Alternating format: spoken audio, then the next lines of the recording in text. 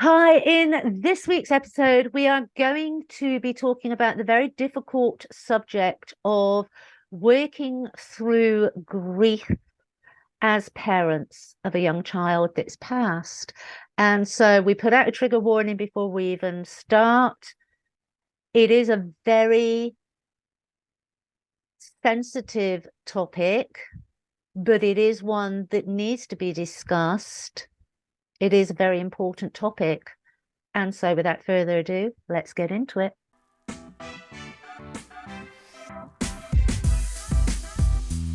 Hello, everyone. You're listening to All Cards on the Table podcast with Claire and Sylvia, a show that talks about how men and women aren't so different from each other. We just don't speak the same language. We will dissect every topic and put an end to miscommunication. So, get ready to get uncomfortable.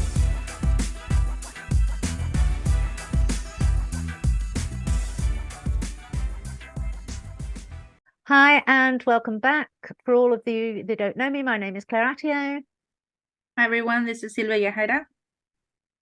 And in this week, as I said in the intro, we're going to be talking about grieving parents, losing a child, and how do you cope? How do you get through it? How do you keep the marriage alive?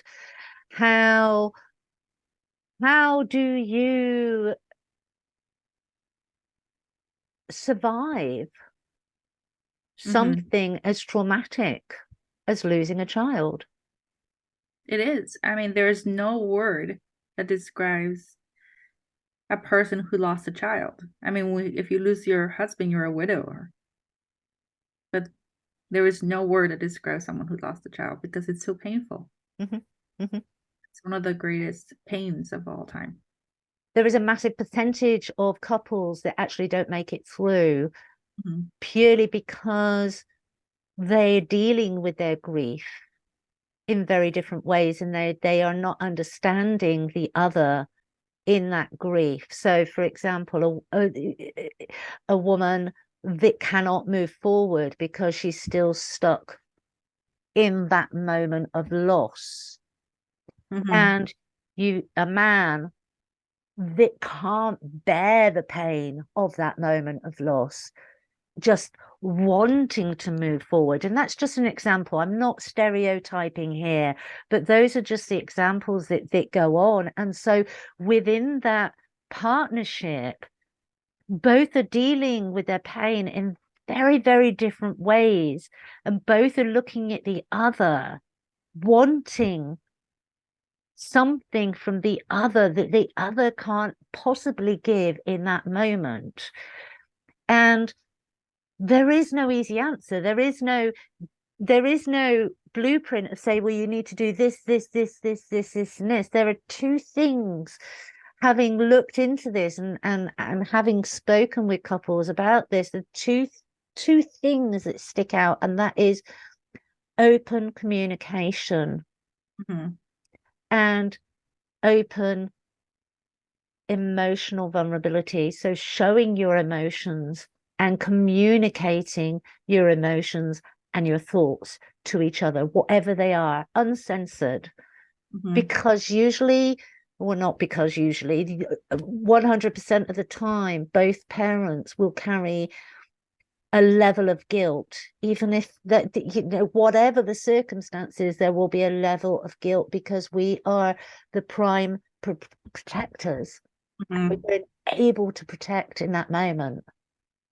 Yeah, definitely a sensitive and hard topic. And one of the main things I also hear from couples, now that you're saying, I actually had two couples that I knew that were in those situations. One is still together, one's split. And the main, what you said, the main thing was communication. So the one that it did stay together learned that they had to communicate more and be there for each other more. They also found a way to get into religion, into faith, into God. So that helped them a lot. Mm-hmm. Versus the other couple, the main thing I've heard from one of the couples, was that they don't care. They just moved on. They don't even care. I'm here. I'm crying and it hurts so much. and that person just left. And when I was talking, because it's actually was the other way around. It was the guy that was seeking out, because I cancel more guys. It's he felt that he was the one hurting the most. And I said, you both lost a child. You guys are equally hurting equally, but you guys are showing it differently. Mhm. Everyone grieves differently. Maybe it's too painful for her to be around where she used to be. Maybe it's too painful for her to even look at the house or walking us down the street where she's used to see her run. You need to think about those things. And he never thought of that about that. Now that he told me. Um, but I can feel or I can sense his anger towards her. Mhm. But I said, is that anger really towards your ex-spouse, or is it towards the situation? You need to make sure, because you both are hurting. And but it was communication, like you said. It was the main thing, that they just did not communicate. Yeah. And it's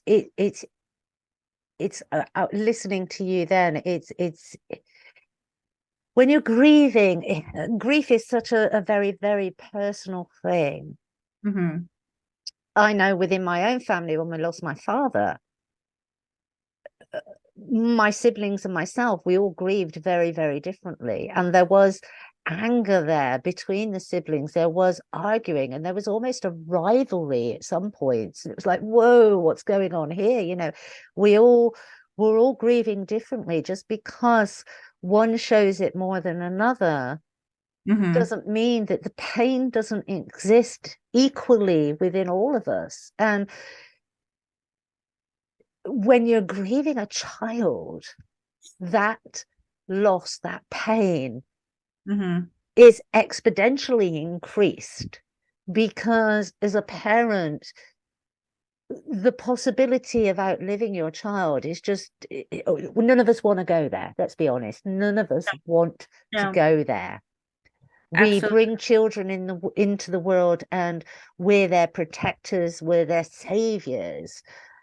And to not be able to be that savior and to be that protector, as I said, brings a level of guilt, brings a level of failure, brings a level of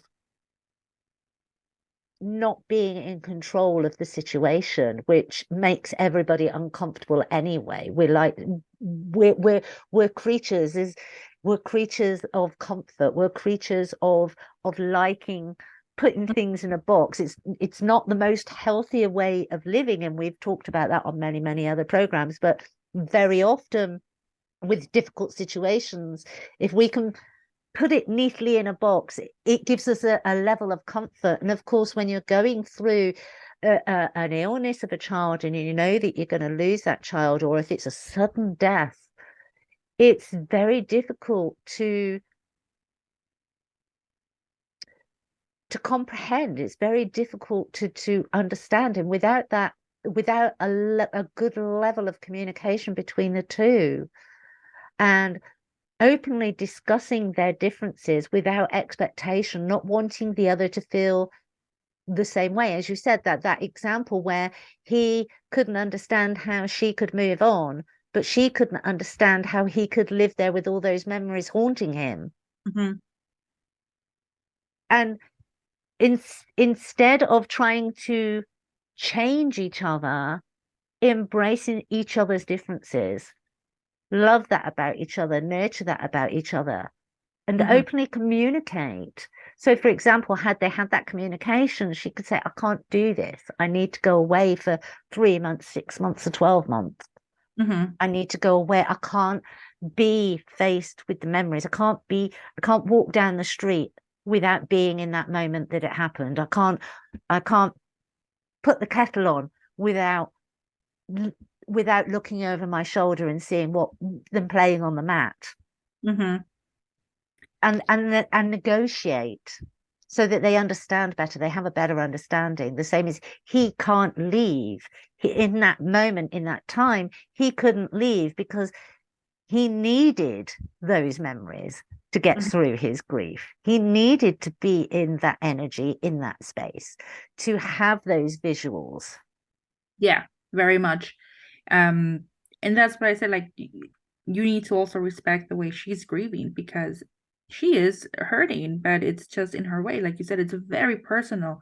Grieving is a personal experience, and there is no right or wrong way. Everyone is so different, and that's where you need to communicate better. I do, like just like you had lost my grandmother about 2 years ago now, and my initial reaction was not one I was expecting. And it looked like I didn't care to the rest of my family. But in reality, it didn't hit me yet. Like I couldn't understand. I mean, till this day, sometimes I want to pick up the phone and call her or send something because it hasn't. Versus somebody else on my family who were just in pain, they can't get out and they can't do anything. And I've told them grieving is very personal. And just because it doesn't show, it doesn't mean that they're not feeling it. And sometimes the void itself is also feeling it, because it's just the pain is too much that your body just avoids it because it's too much for you to bear. Mm-hmm, So if it comes off like that, just understand they're probably hurting more than you think of. It's just they went into trauma mode and mm-hmm, avoid. That's what happens. The other couple that ended up together in the beginning, they were heading that way. And it was the husband who kind of nurtured her more because she needed it. And he's the one that did all the communication and was there for her. But he also said, at the end of the day, there was no one for me, even though we communicated. So, but then it came with time, right? So don't just try to help the other person, but think about yourself as well. mm-hmm, Situations and communicate how you feel. And even if you say, like I told him, I'm sorry, it's not that I don't feel something when I was going through my own. It's just right now, I think I'm in shock. mm-hmm. I don't feel anything. It's not because I don't care. It's just I don't know what this feeling is. I've never experienced it before. Yeah, I So was going to say when you're in shock like that, you don't know that you're in shock. It's only when you come out of it the other side. yeah, And so it to actually vocalize that, but that last statement, I don't understand what I'm feeling at the moment. I'm just feeling a void. That is good enough. It just to and and and and not to feel guilty about that, because again, that a lot of people stop short of saying that because they can't they can't understand what they're feeling, because there mhm, is just a void and they feel numb, and then they feel guilty because they can't say what they think they should be saying. And I think we need to bring this home is grieving is very personal, and there is no should ways of going through it. yeah, It's about being honest and being vulnerable and being there for each other. And as if people, if your listeners listening to this, if you're part of an external family of this is going on, is to be there for both. hmm, Be there for both of them, hold them space, and don't go in with your own preconceptions of what their grief should be looking like. Go in and ask them, I'm here for you. What do you need from me? exactly. How can I support you both? Exactly. And also, can I insert this because I think a lot of us do it without thinking, and it's no be have empathy, but don't be pity in a Mm-hmm. way. Because that's a big one, like, oh, you poor child. And to someone who's just lost someone, I feel sometimes like you should there the anger of like, don't pity me, or the eyes Mm. pittiness. And I think understand and about the difference between being there for someone being, empathetic about the situation, but not pity them. Yeah. That's a big one, especially in those situations. It's a very important one. Yeah. And also don't shy away as well, because many parents feel like the first couple of weeks, and we have this with all types of grieving, but especially with a child, the loss of a child, everybody's there for the first couple of weeks, and then everybody dissipates because it is so uncomfortable. Work past your own uncomfortability for the good of that couple. Yeah. And when you're feeling uncomfortable, when you don't know what to say, don't be afraid to say, I'm feeling really uncomfortable here. I'm There is nothing wrong with saying I feel guilty that my children are with me and yours aren't. Because Mm-hmm. I think that's another big thing when you've got children yourself, is Yeah. is the guilt that you feel, and so you stay away rather than it be, and so that couple can feel excluded from family time, having just lost the Mm-hmm. most important member of their family, because Mm-hmm. of our own fears, because of our own uncomfortability, and because of our own inability to show that vulnerability within that moment. And I think we need to really just take a deep breath and pull up our big girl pants and our big boy pants and go, right, okay, we need to be there for them. And yes, we are very fortunate that we still have our children, and be eternally grateful for that, and not to be afraid to say that. Yeah. That is one of the main things, like you said, that once someone loses a child, a lot of couples have mentioned in the past that they lose all their friends as well because they don't know how to act around it. And that is also painful Hmm. because now you lost a child, Hmm. lost people they thought they cared for them. So they're very confused. And I think that's one thing we can do for that couple that is going through these most horrible times, is to be there for them the whole time, even like you said, when it makes us uncomfortable. And I know, myself being there, I check up on them at least, as often as I can, and I leave it in their terms when they get back to me. And when they do, I continue the conversation according to them. And there has been some times that where I'm felt uncomfortable, like you said, and the one thing I was like, I'm sorry, I'm not sure what to say here, but just know that I'm with you. Yeah. Yeah. And Yeah. invite them round. That's the other thing as well. If you've got children and you would have a barbecue in the summer, and you all used to get together, still invite them. Mm-hmm. Will it upset them? Yes, it will do, because it will bring back memories. Mm-hmm. But and I think this is a key thing, is we're very often very frightened of upsetting somebody who's already in a grieving process, but actually bringing that to the forefront actually helps them through the process, giving them those memories. Mm-hmm. Not all the time. Some people can't cope with it, but if they will get to a space and a place where actually to be invited to the family gatherings and to have the barbecue and to it help sounds ridiculous, but it helps them to acknowledge their loss. Mm-hmm.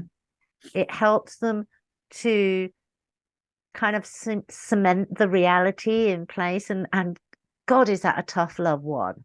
It really is a tough love one, but it's also a very powerful shift within the Mm-hmm. grieving process for them. So don't underestimate it. Don't shy away from inviting them. They come, support them. They leave early, or if they leave within the first 5 minutes, that's absolutely fine. They came. Yeah. Just check up on them afterwards. Mm-hmm. Don't feel guilty. Oh, I shouldn't have done that. I shouldn't have invited them. It was too early. Don't get into their heads. You cannot know what's going on. And it's the same as the parents themselves. Do not get into the head of the other. That is why the communication is so important. You cannot know what is going on in the head of your partner. That is why you need to discuss it. That is why you need to talk about it. Don't guess, because guessing, we inevitably get it wrong. And most importantly, also get counseling. I think that's a major thing, and a lot of couples don't. don't ever get, or they feel like, what's the point now? Hmm. They feel helpless. But it helps so much, especially through the grieving part and when it's very recent, to help you even sleep in, because you need sleep as well, and eat Hmm. and things like that. So it's very important that you guys seek counseling together. And I think that's a really good place to leave this one. If you have been affected by this, then we will leave some links for places where you can actually get some help, where you can discuss with other parents that are going through it. You can always reach out to Sylvia and myself. But you don't have to do this alone. Hmm. Keep the lines of communication open and you will get through this. It may not feel like it, but you will. Hmm. So that's bye bye from me. And me. And as always, don't forget to subscribe, like, and share. Till next time. Bye bye. Thank you for listening to today's episode. If you haven't already subscribed, please do so, and please leave a review, as it helps us grow and bridge the gap between the sexes. If you have any topics you would like us to cover, shoot us an email. Until next time, go out and practice putting all your cards on the table with no judgment, expectations, and fear.